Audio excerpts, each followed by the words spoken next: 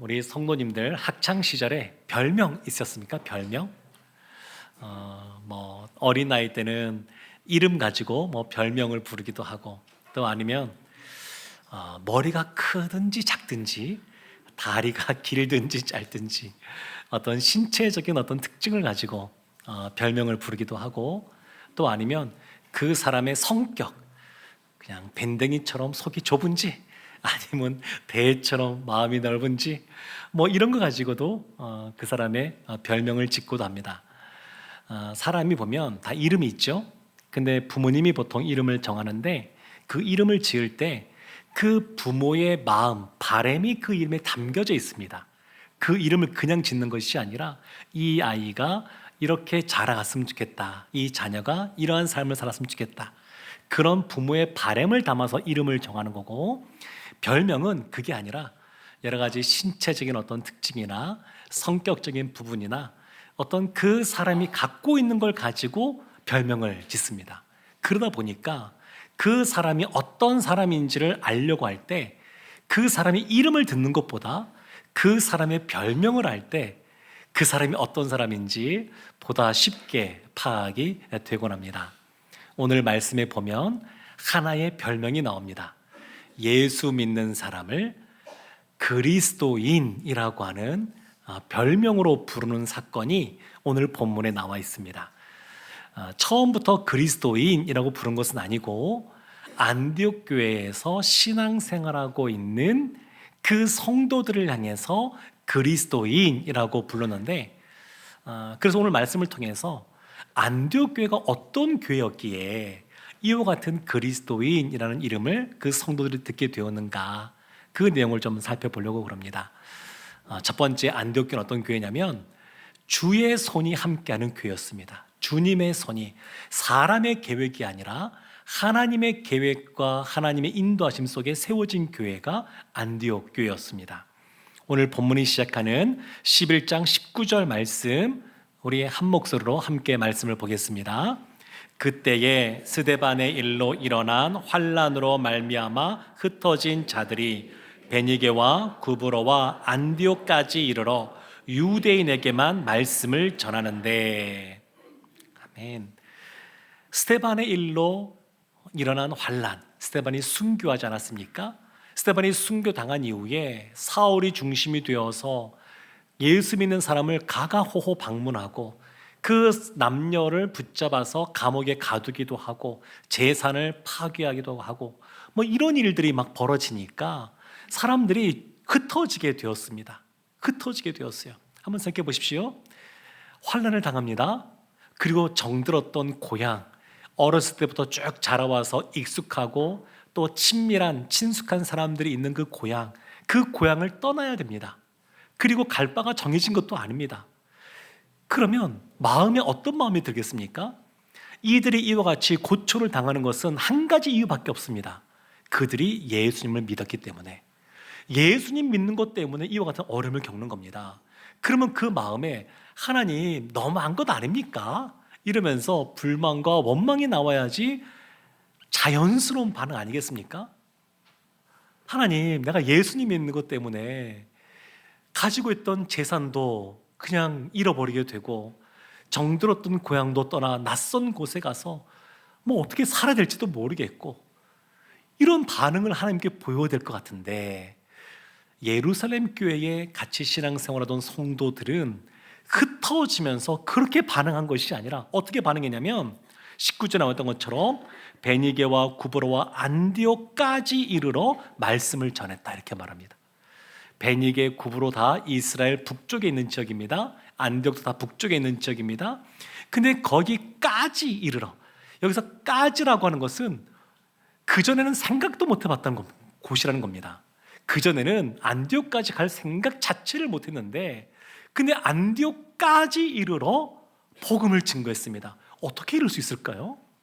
마음에 원망이 생겨도 이상하지 않은 상황인데 어떻게 그들이 예수님 때문에 쫓겨났는데 그 예수님을 또다시 전할 수가 있을까요?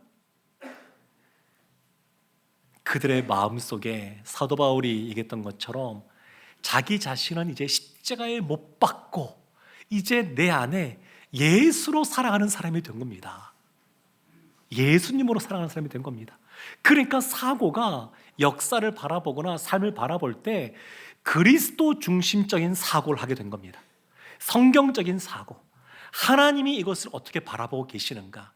내가 내 스스로를 바라보는 것이 아니고 하나님이 나를 어떻게 바라보시는가?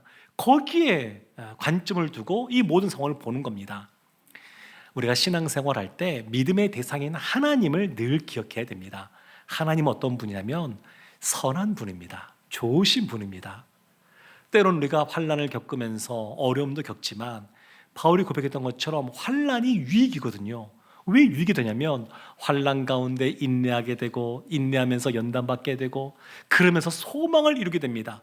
그래서 이와 같이 지금은 환난을 당하고 그리고 흩어짐을 당하는 이런 일이 있어도 하나님이 합력하여 선을 이룰 것이다. 그런 믿음이 있는 겁니다. 환난 그 자체는 좋은 것입니까? 안 좋은 것입니까? 강제로 흩어지는 것 좋은 일입니까? 나쁜 일입니까? 그런데 이와 같은 좋지 않은 것처럼 보일지 몰라도 하나님이 이것조차 합력하여 아름답게 선을 이루어 가신다는 것을 믿으니까 그 예수님을 다시 전할 수가 있었습니다. 흩어진 그 사람들이 복음을 증거하는데 다만 한계는 있었습니다. 이들이 예수님 누구보다 사랑하고 주님 뜻대로 순종하고 싶으면서도 복음을 누구에게 전했냐면 19절 말씀에 유대인에게만 이렇게 전합니다. 유대인에게만. 유대인에게 복음 전하는 거 잘못된 건 아닙니다. 예수님의 공생의 사역 보면 주로 유대인들을 대상으로 복음을 증거하셨습니다. 제자들도 그 예수님을 보았으니까 유대인 중심으로 사역할 수 있습니다. 그런데 문제는 뭐냐면 만입니다. 만. 유대인에게만. 예수님은 사도행전 1장 8절에서 말씀하지 않으셨습니까? 성령에게 임하시면 권능을 받고 예루살렘, 온 유대, 사마리아 땅끝까지 이르러 이방인들에게도 이르러 내 증인이 되리라 말씀하셨습니다. 그런데 유대인에게만 여기에만 갇혀 있는 겁니다. 이거 다 한계가 있었습니다. 하나님이 고넬료도 만나시고 베드로 사도도 만나시고 그래서 베드로를 그냥 설득하시고 강권적으로 이끄셔서 이방인에게도 구원이 선물로 주어지는구나, 성령이 임하는구나, 이것을 알게 했습니다. 그런데 이들은 아직까지 그걸 몰랐습니다. 그래서 주님을 사랑하는 마음이 있고 말씀에 순종하고 싶은 마음 다 있지만 유대인에게만 전하고 있었습니다. 그런데 반전이 일어납니다. 그것이 20절 말씀인데 20절 말씀에 나와 있는 말씀 우리 함께 합독하겠습니다. 그 중에 구브로와 구레네 몇 사람이 안디옥에 이르러 헬라인에게도 말하여 주 예수를 전파하니. 원래는 유대인들에게만 전했으니까 이방인 지역에 살고 있어서도 유대 그리스도인이라고 할 수 있는데 그 중에 몇몇 사람이 그냥 불타는 가슴, 뜨거운 마음, 영혼을 사랑하는 마음 가지고 안디옥에 있는 이방인들에게도 복음을 증거한 겁니다. 오늘 기도하신 장로님 이런 마음 있으실 것 같지 않습니까? 뜨거운 마음 가지고 이방인으로 전한 겁니다. 아직 신학적인 틀이 이들 가운데 세워지지 않았습니다. 물론 베드로 때문에 예루살렘 교회가 이방인에게도 복음이 증거된다, 이것을 그들이 알고 정하게 되었지만 아직 흩어진 사람들은 다 모르는 상황입니다. 신학적인 틀도 아직 없습니다. 그렇지만 영혼을 사랑하는 주님의 마음이 그들 마음 가운데 부어지니까 그러니까 참을 수 없이 참지 못하고 이방인들로 복음을 증거한 겁니다. 근데 보면 이 복음 증거한 사람들이 뭐라고 표현되냐면 몇 사람 이렇게 합니다. 몇 사람. 구브로와 구레네 몇 사람.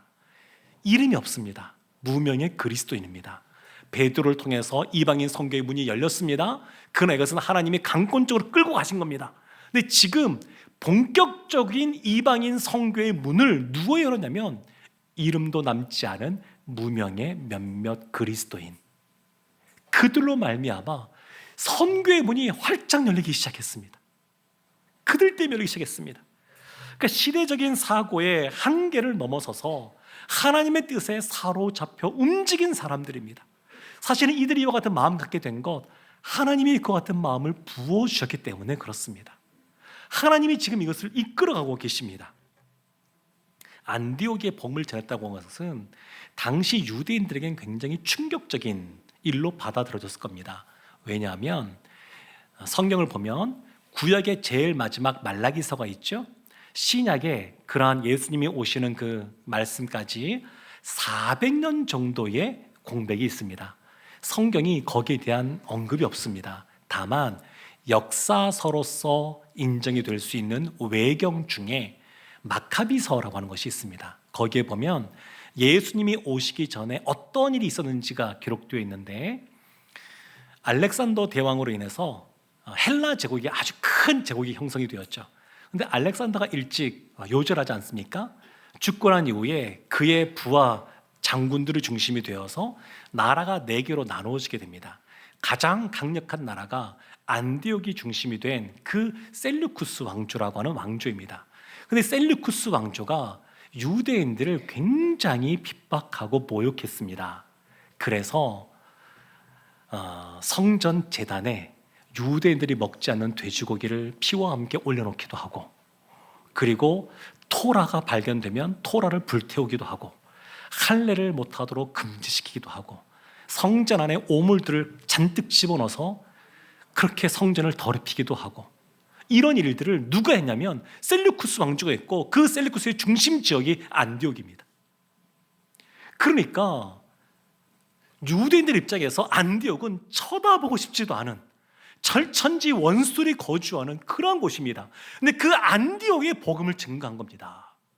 그 안디옥에 유대인들이 이방이라 그러면 거부감이 있고 거리를 두고 있는데, 더군다나 안디옥까지, 그 안디옥까지 이르러서 그들이 복음을 증거했습니다. 그랬더니 그 결과가 21절에 나오는데, 우리 21절 말씀 함께 합독하겠습니다. 주의 손이 그들과 함께 하심에 수많은 사람들이 믿고 주께 돌아오더라.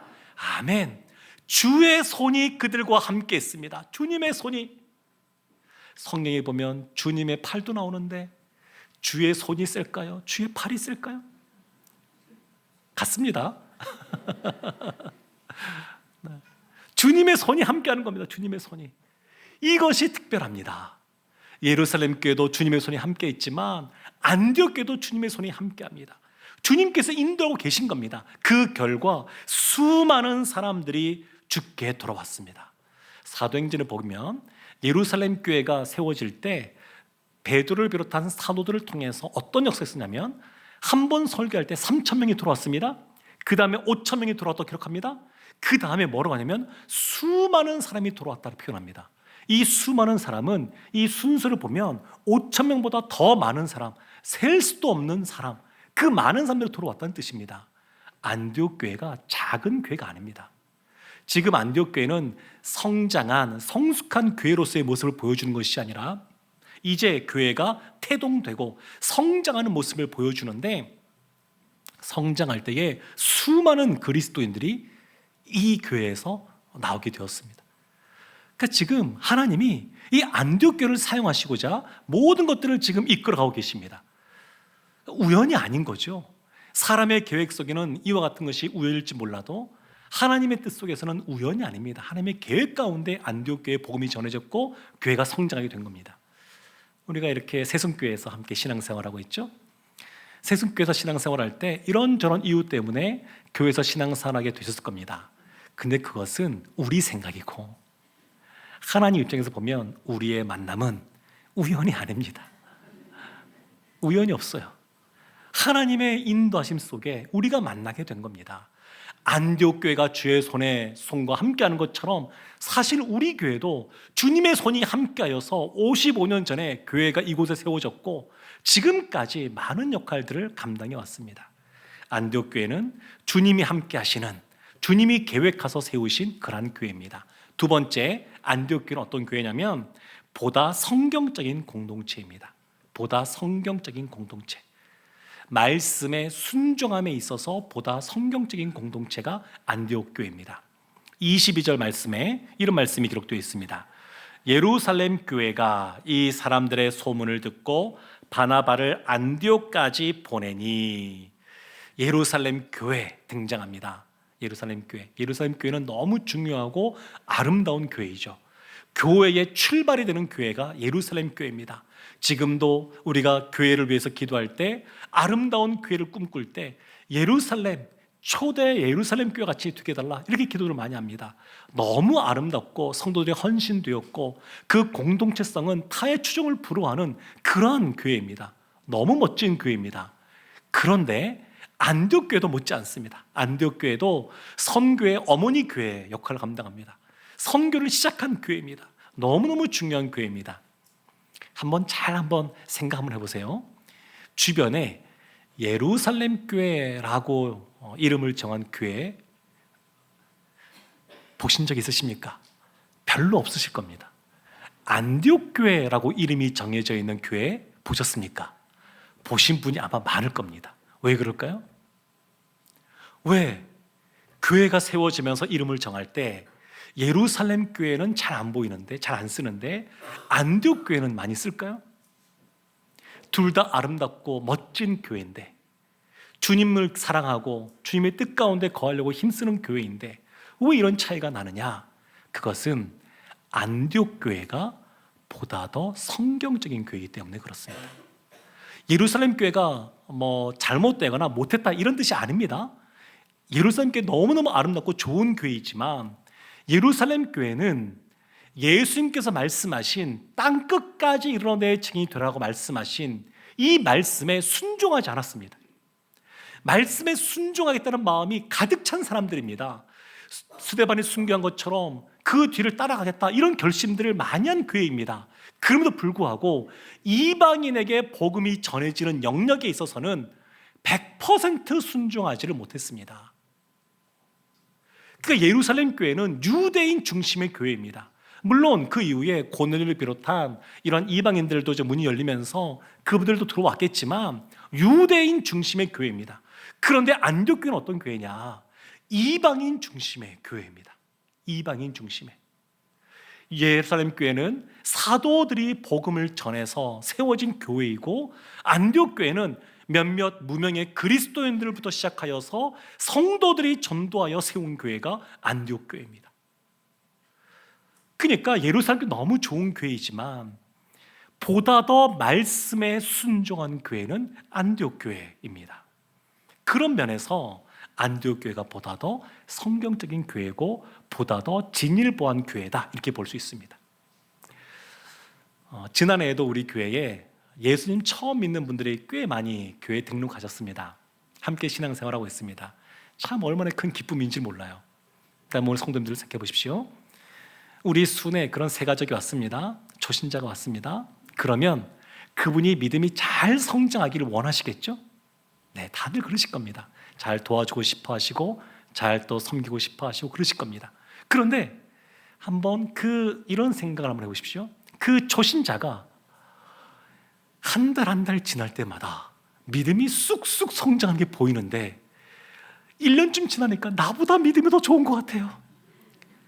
나보다 더 예배 시간, 기도 시간을 사모하고 말씀을 늘 가까이 하고 말씀에 더 순종하려고 그러고 교회에서 활동도 더 많이 하는 것 같고, 그러면 어떤 마음이 들까요? 와, 너무 좋다, 이런 마음이 들까요? 아니면 왠지 모르게 시기와 질투의 마음이 들까요?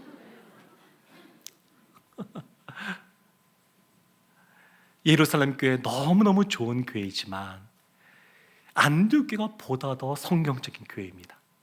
그리고 나서 2000년이 지났습니다. 우리 교회는 어때야 될까요?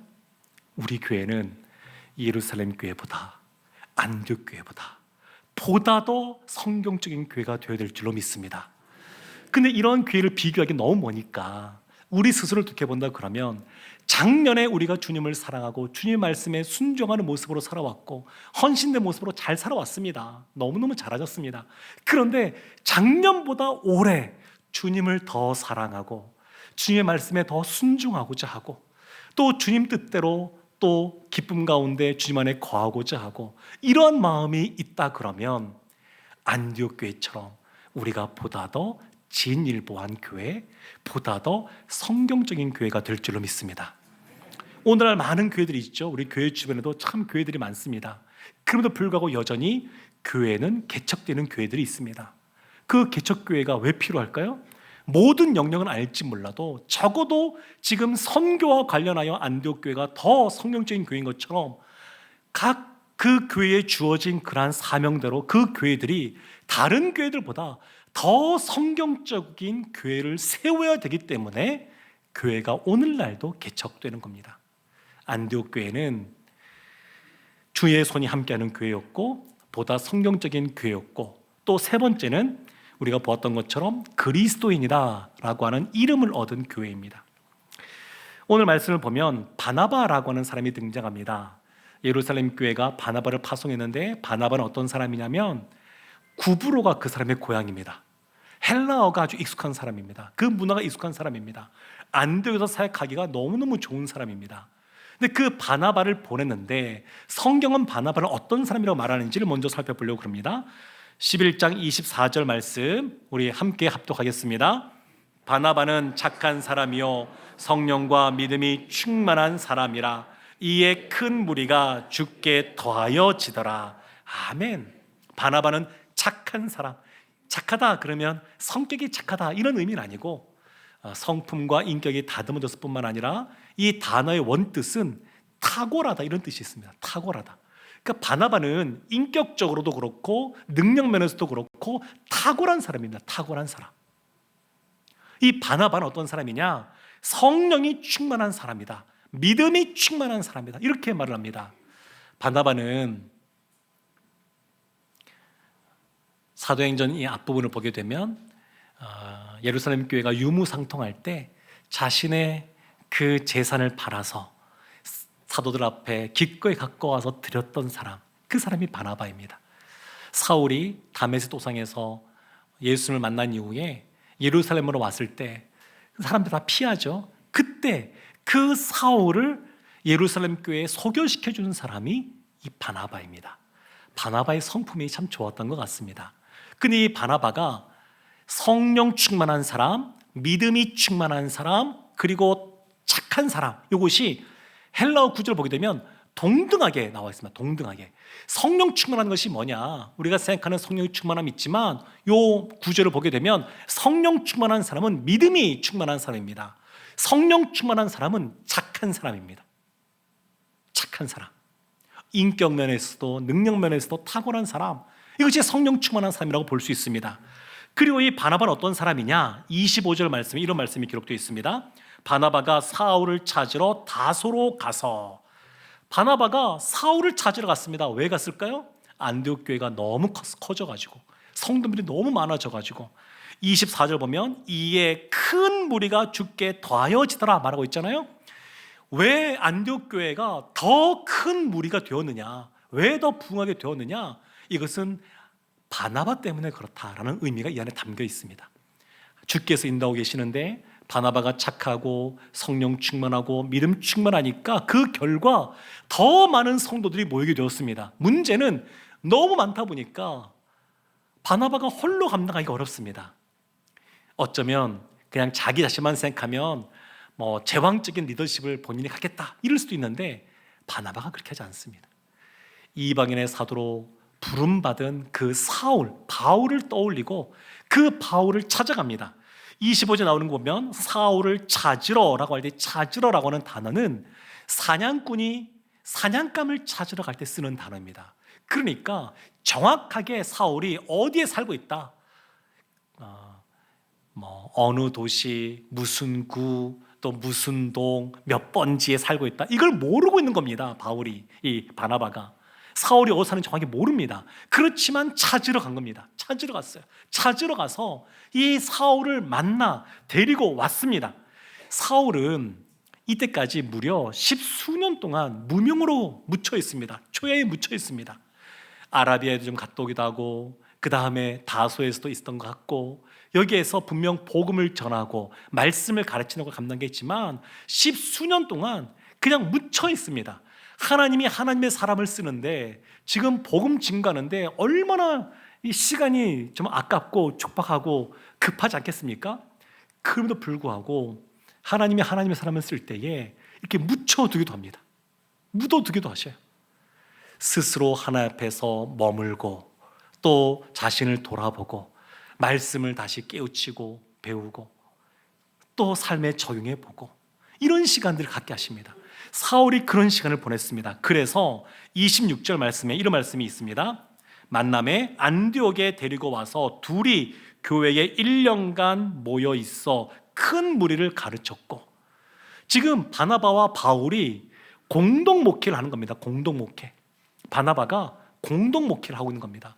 그러니까 자신의 자리를 내려놓고 자신보다 더 사울이 적합하다고 생각을 해서 그 자리에 사울을 데리고 온 겁니다. 놀랍지 않습니까? 바나바는 참 대단한 사람입니다. 겸손한 사람이고 필요한 사람을 세우되 자신의 자리도 기꺼이 내어주는 사람이 이 바나바였습니다. 바나바가 또 어떤 사람이냐면 우리가 26절에 보았던 것처럼 사울과 함께 1년 동안 집중적으로 말씀을 가르치며 성도들을 양육했습니다. 양육하는 사람입니다. 양육하는 사람. 그 결과가 26절 하반절에 나와 있는데 우리 26절 전체를 한번 다 같이 합독하도록 하겠습니다. 만남에 안디옥에 데리고 와서 둘이 교회에 1년간 모여 있어 큰 무리를 가르쳤고 제자들이 안디옥에서 비로소 그리스도인이라 일컬음을 받게 되었더라. 아멘. 그 결과가 그리스도인이라고 하는 별명을 듣게 된 겁니다. 먼저 겉으로 보이는 것은 뭐냐면 그동안 예수님 믿는 사람들, 믿지 않는 사람들이 볼 때는 유대교의 한 분파로 봤습니다. 다들 유대인들이고 회당에도 모이고 그런 모습을 보여주니까 유대교의 한 분파가 아닌가 봤는데, 그런데 안디옥 교회를 보니까 유대인이 없거든요. 이방인 중심의 교회거든요. 그러니까 뭔가 다르다 생각한 겁니다. 더군다나 바로 그리스도인이라는 이름을 들은 것이 아니라 1년 동안 말씀을 듣고 배우고 깨닫고 그 말씀에 순종하는 삶을 살다 보니까 세상 사람들과는 삶의 방식이 달라졌습니다. 이 사람들의 가치관, 윤리관이 세상 사람들하고는 완전히 구별되었습니다.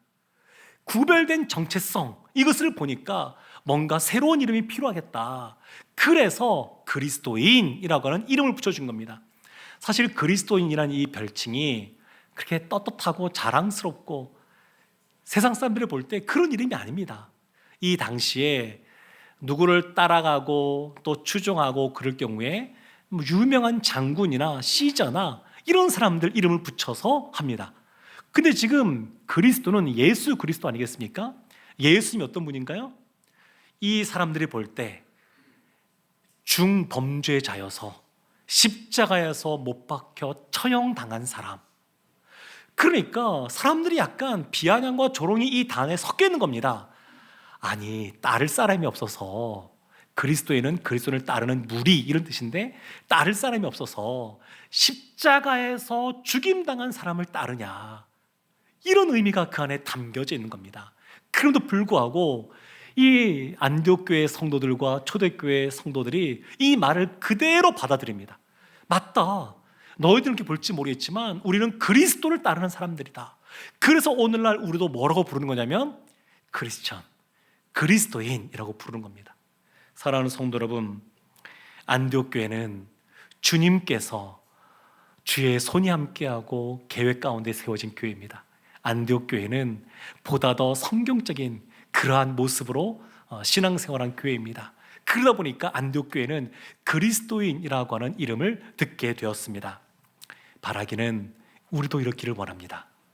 우리의 각 개인도, 우리의 교회도 주님께서 원하시는 대로, 주님께서 기뻐하시는 대로, 주님의 말씀대로 보다 더 순종하며 나아가기를 원합니다. 보다 더 성경적인 교회가 되어서 작년보다 올해, 올해보다 내년에 더 하나님께 칭찬받는 그러한 교회가 되기를 원합니다. 하나님이 그리스도인들에게 흩어진 사람들이 보여주던 것처럼 그리스도인들에게는 하나님이 주시는 놀라운 평강과 기쁨이 있습니다. 세상 사람들은 알지 못하고 줄 수 없는 주님만이 주시는 놀라운 은혜가 있습니다.